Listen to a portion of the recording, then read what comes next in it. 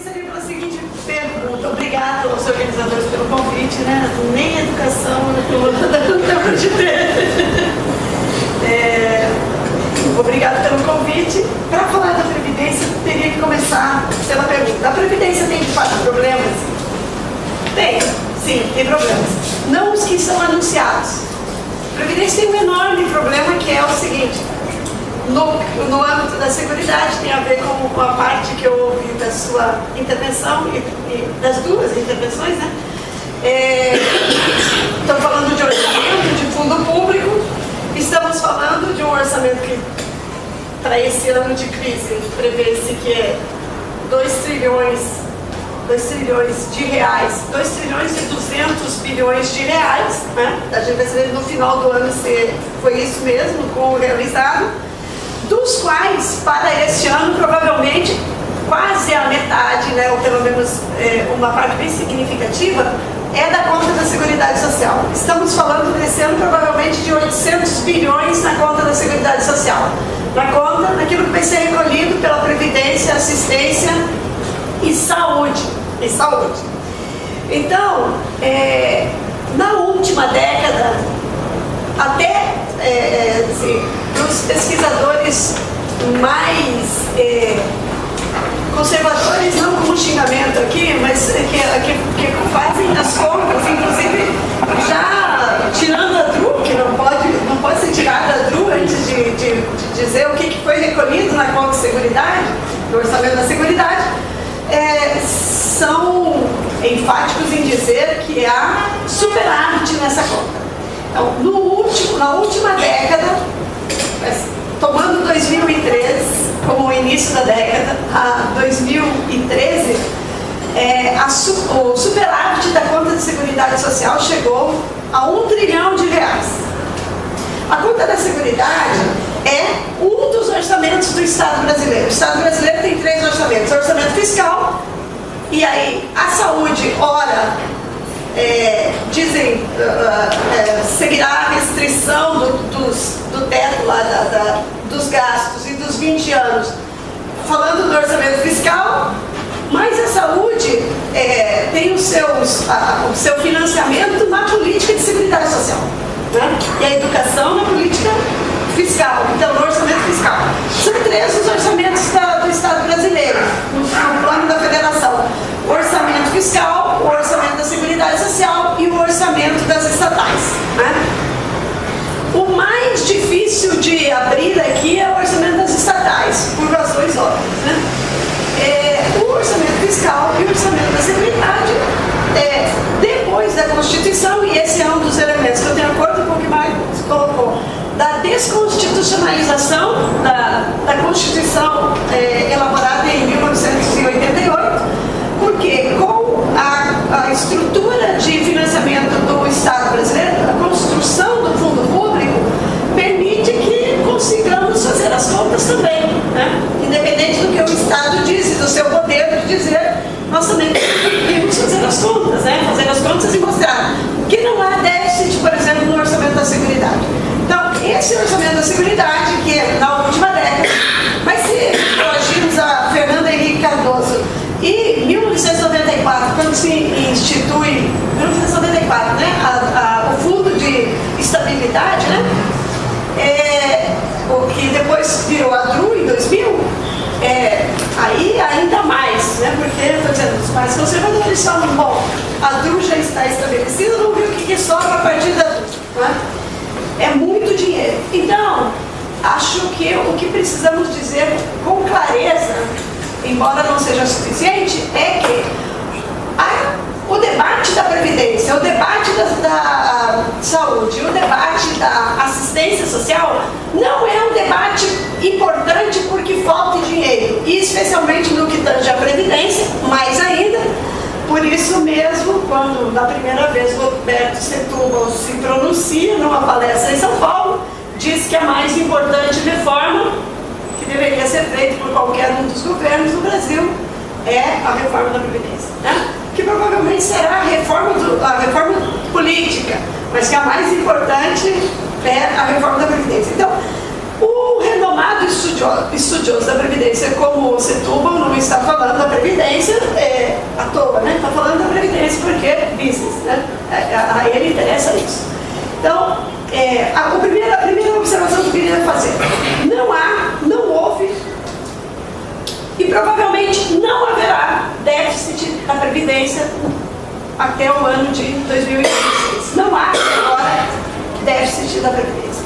O ano que sobrou menos, nesse período todo que começa, podemos retroagir a Fernando Henrique Cardoso, como ministro, não como presidente, não teve déficit na conta da Seguridade Social.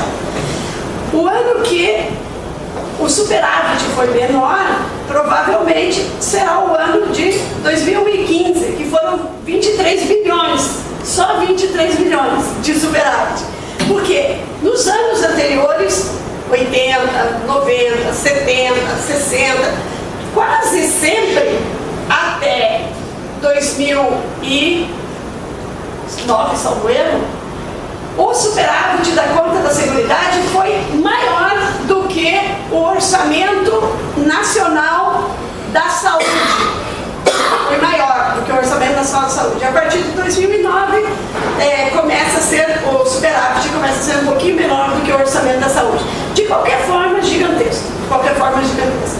Então, só de superávit, mais de um trilhão, entre 2003 e 2013. Né? Uma década, mais de 1 trilhão de reais. O orçamento da Seguridade é um orçamento que tem identidade, CPF, carimbo e passaporte. Ele só pode ser gasto com Seguridade, exceto se a DRU pegar uma parte, que a DRU é um sistema de desvinculação de uma determinada receita da educação ou da Seguridade Social, que, autorizada em 30%, o executivo não precisa dizer para o que vai fazer com ela, com aquela parte que ele retira desse orçamento.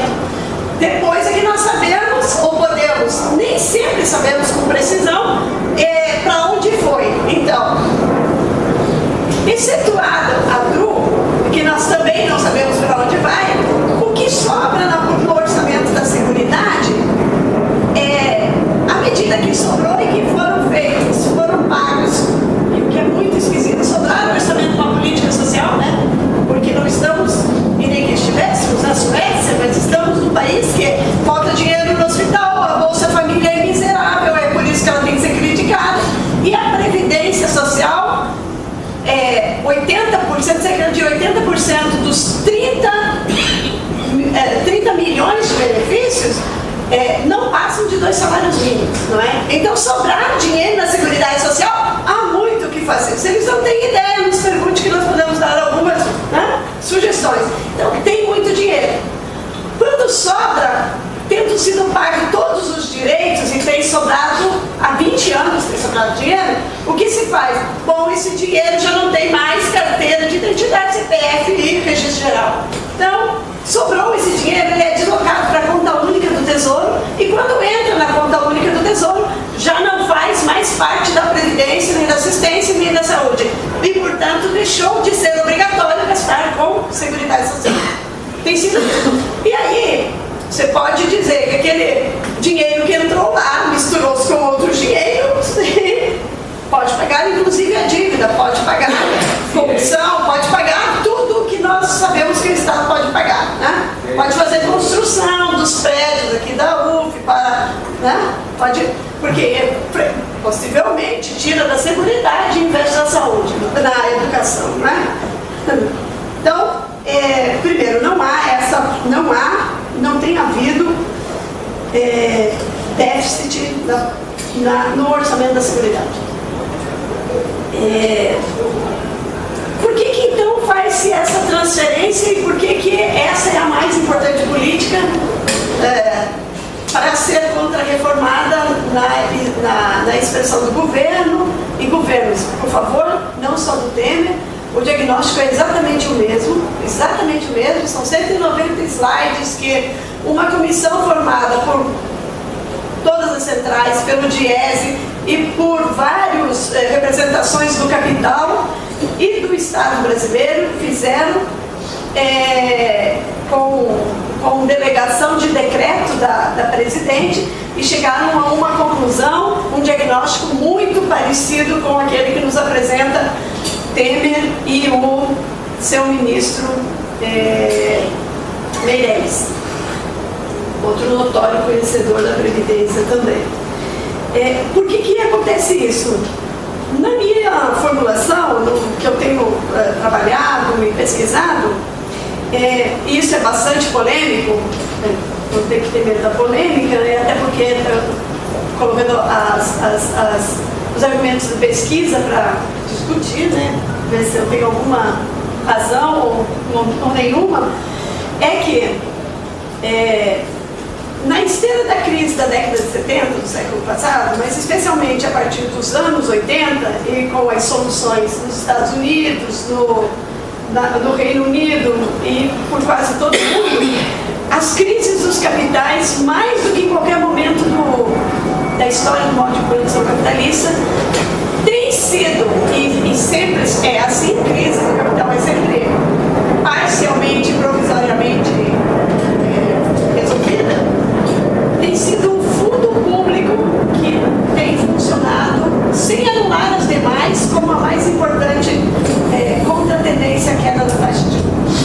Então, não é por coincidência, mas por essa razão que as contra-reformas são feitas nos mais diferentes países do mundo, porque é o fundo público que as mercadorias típicas do modo de produção capitalista, carros, computadores, telefones e mais não sei quantas coisas, não estariam hoje só por eles conseguindo reequilibrar o modo de produção capitalista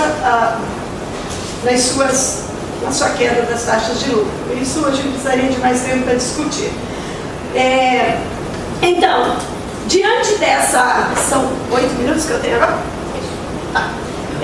Diante dessa rápida e quase rasteira, porque sem muito desenvolvimento, afirmação ou afirmações, o discurso oficial e o discurso dos capitais dizem o seguinte: não tem como continuar a pagar esses direitos todos da política de seguridade. E o que é bastante estranho, e até um pedestre na rua acharia estranho, desinformado de todo o nosso debate na universidade, nos partidos, nas lutas, tem déficit na Seguridade Social, mas nós estamos tirando 30% dos recursos do orçamento da Seguridade sob a forma da DRU, não é? Então, soa como pelo menos uma desconfiança básica de que tem alguma coisa errada, né? Como que você tem um déficit brutal e de décadas, como que é possível ainda retirar desse orçamento que é deficitário 30% para transferir para outras contas, né?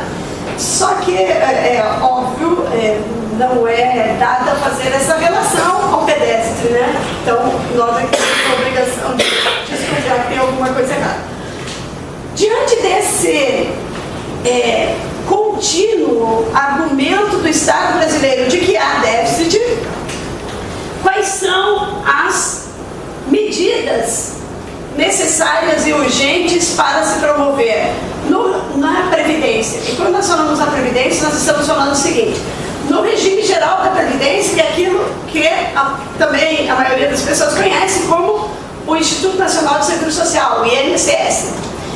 O regime geral, na verdade, eu acho que ele é mais bem definido se a gente disser o seguinte: o regime geral é aquele regime de previdência no qual estão os trabalhadores, a força de trabalho diretamente empregada pelos capitais, agrário, bancário, comercial, industrial, por exemplo, pelos trabalhadores autônomos, pelos trabalhadores domésticos, né? E por alguns trabalhadores do serviço público pelo Estado brasileiro. Eu não entendi, é o que passou, é o que eu falei. Tá bem. Tá bem. Então, o regime geral é isso, e há um regime próprio. O regime próprio, a Constituição de 88 autoriza que os servidores públicos, nos 3 momentos de Estado, município, Estado e Federação, criem regimes para a Força Estado, município, Estado da Federação.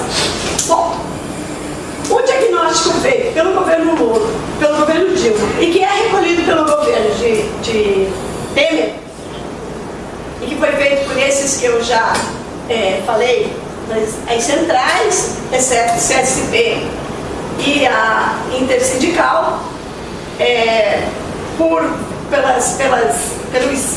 pelos sindicatos, do jeito que Lenin dizia, do patronato, né?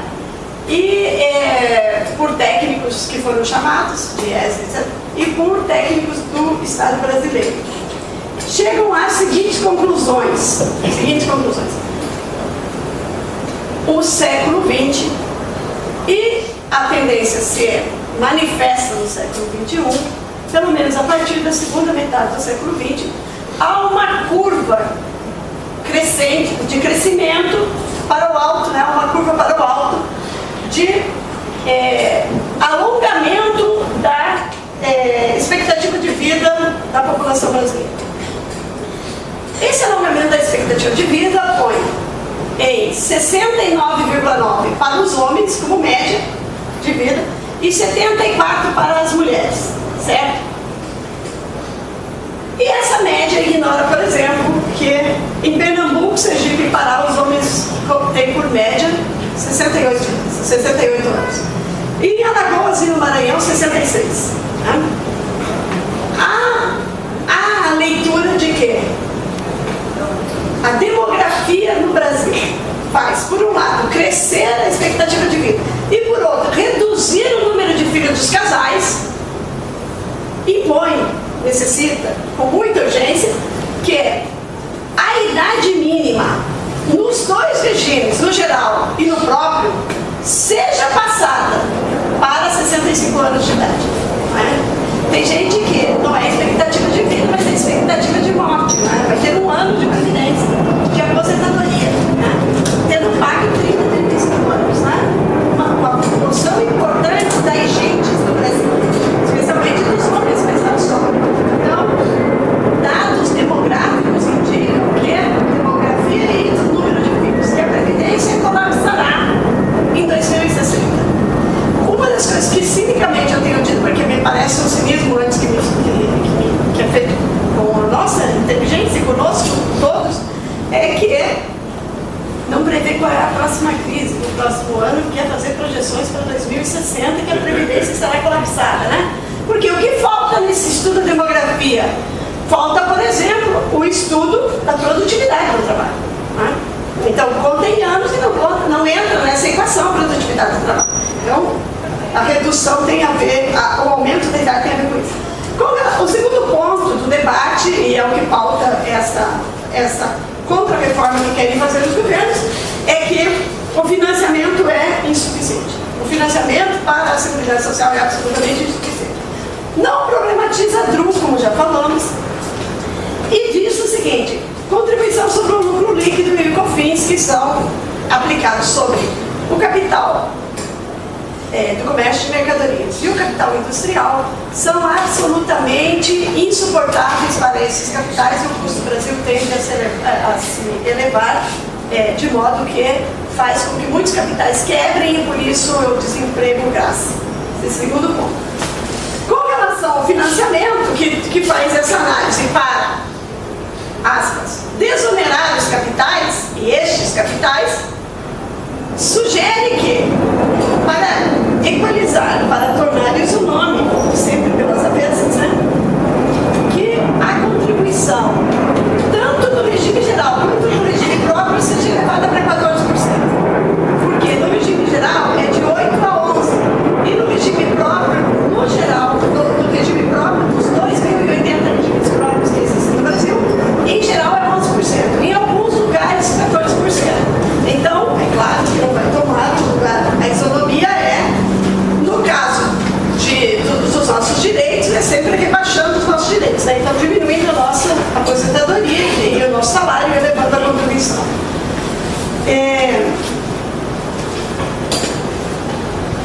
O terceiro ponto dessa contra-reforma não diz, tem 7, eu vou dar uma apurada. Para o regime, o terceiro ponto,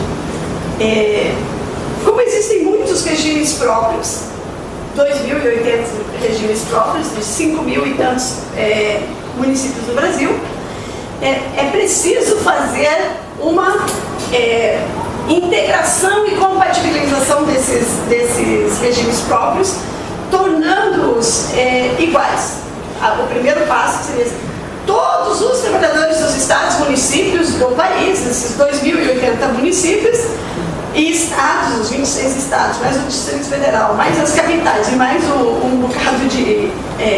e a União, mais um bocado de municípios, tem de ter todos os mesmos direitos, todas as mesmas obrigações. Aqui também, obviamente, não será a máxima lá da jornada, do capítulo da jornada de trabalho no capital, né, que Marx diz, uma vitória da economia política do trabalho contra a economia política do capital, que o mais elevado seja o parâmetro para que todo mundo lute para chegar aqui.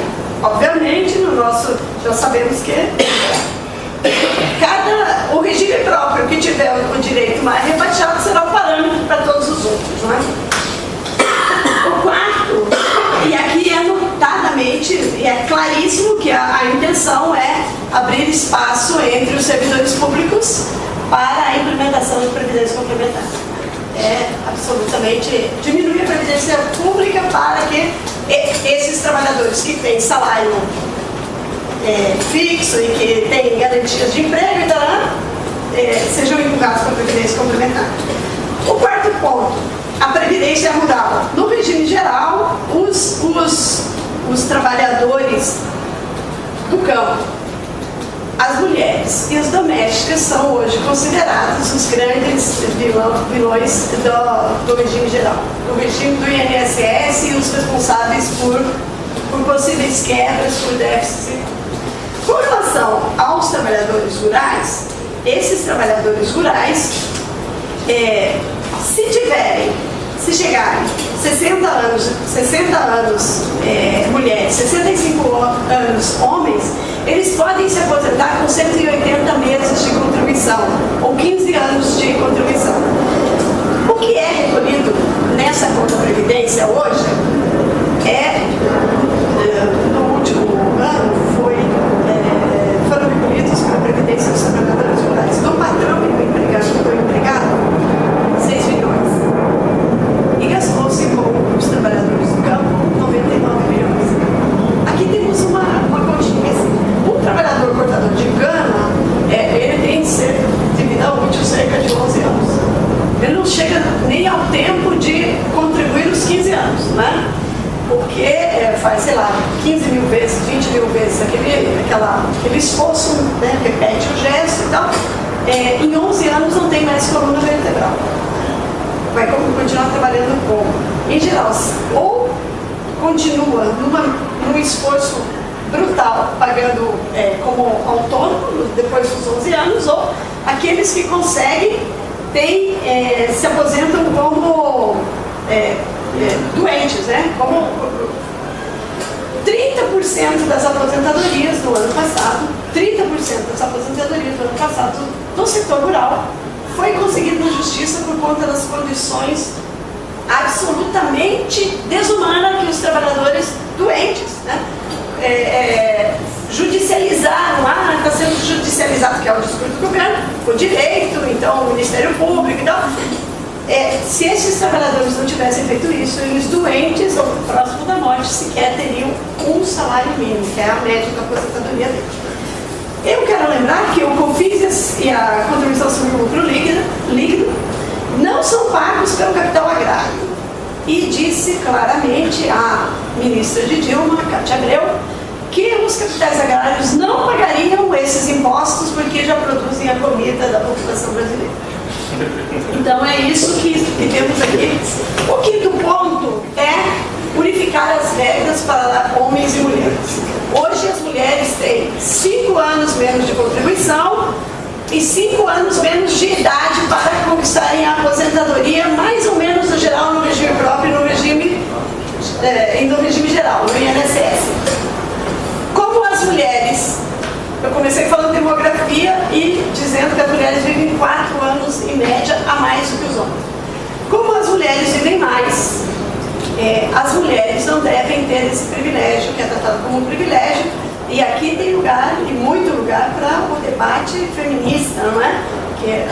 Aqui em todo o restante, mas as mulheres têm hoje muito facilmente 4 jornadas de trabalho: a casa, os filhos, o trabalho e estudo, não é? Que estuda de noite e tal. Então, é um retrocesso na conquista dos direitos femininos aqui brutal. Em qualquer idade, 65 para todos. Convergência de sistemas previdenciários. Primeiro torna igual todo o regime próprio, os 2080, depois torna igual também o regime geral e os regimes próprios, né? Equalizar o regime próprio encontra as mesmas regras para os 2 regimes. E, do mesmo jeito, que tiver pior vai ser o guia, né? E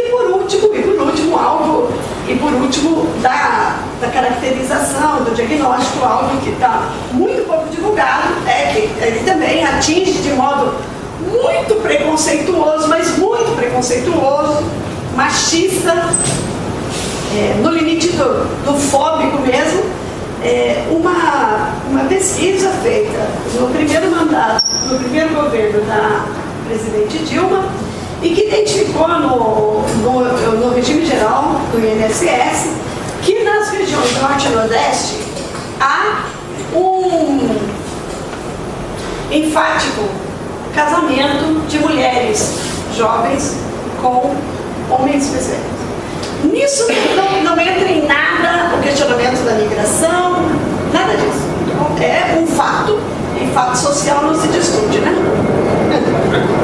E aí a brutalidade nessa direção. As mulheres perderão, as mulheres mais jovens perderão, já está em vigor isso, já está em vigor. Elas perderão a pensão quando? Para o cônjuge ou companheiro, se ele for aposentado por inválido e a deficiência for superada. Por isso, aquele outro mecanismo brutal de desaposentação, né? Começa a convocar as pessoas para dizer que elas voltem ao mercado de trabalho. Como vocês sabem, uma sobra de empregos brutal, né? Eles podem voltar ao mercado de trabalho. Em 4 meses, se o óbito ocorrer sem que o segurado tenha vertido 18 meses de contribuição. Então, se o segurado morre e se ele tiver contribuído menos que 18 meses, 18 contribuições, a pensão será por 4 meses apenas. E daí ela é cancelada.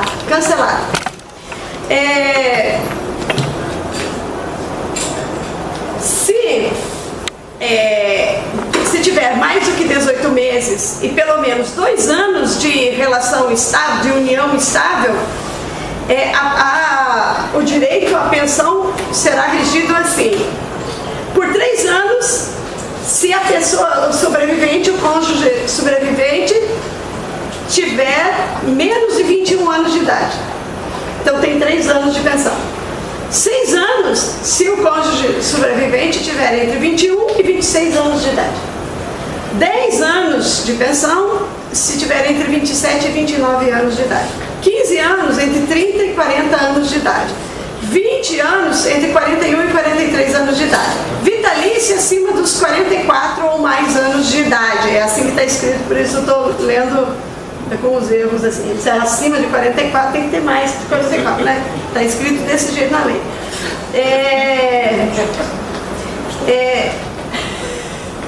O que temos aqui então é uma brutalidade, né? E já está porque fizeram um diagnóstico que as mulheres estão dando golpe do baú, norte e nordeste. E eu sempre falo com muita raiva disso e digo, claro, pode ter grande diferença de idade se for ministro do turismo, já deposto, ou vice-presidente da República, né? Entre as mulheres pobres e os homens pobres não pode ter grande diferença.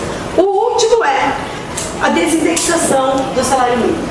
E a desindexação do salário mínimo, ela já é uma realidade nos benefícios, nos 30 milhões de benefícios da Seguridade Social, porque é só o primeiro benefício que é um salário mínimo cheio. O segundo já não é um salário mínimo. O segundo é um salário de referência que é menor do que o salário mínimo e, portanto, já desindexado do salário mínimo. O que se quer é que nem o primeiro seja indexado ao salário mínimo.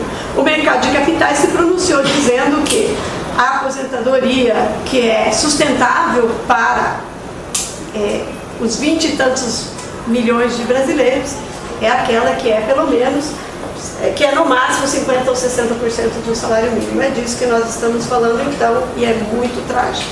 Mas há muito dinheiro para fazer aposentadorias de saúde muito melhores.